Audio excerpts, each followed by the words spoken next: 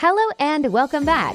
Today, I am sharing a quick and clever household tip: how to make the most of leftover soap scraps by turning them into useful liquid soap. This is a simple, budget-friendly trick that saves money, reduces waste, and keeps your home stocked with soap.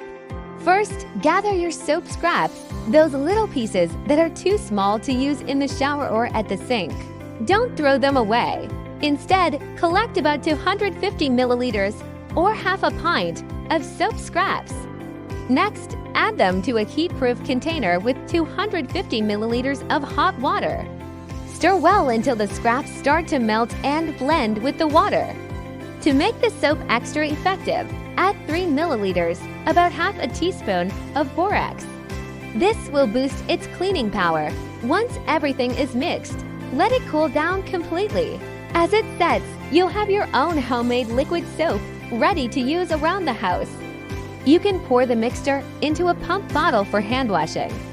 Add a few drops of essential oil, like lavender or lemon, for a fresh scent. If you prefer, skip the borax and use pure soap and water for a gentler formula. Soap scraps can also be sewn into a small piece of muslin cloth and used as a handy scrub bag in the shower.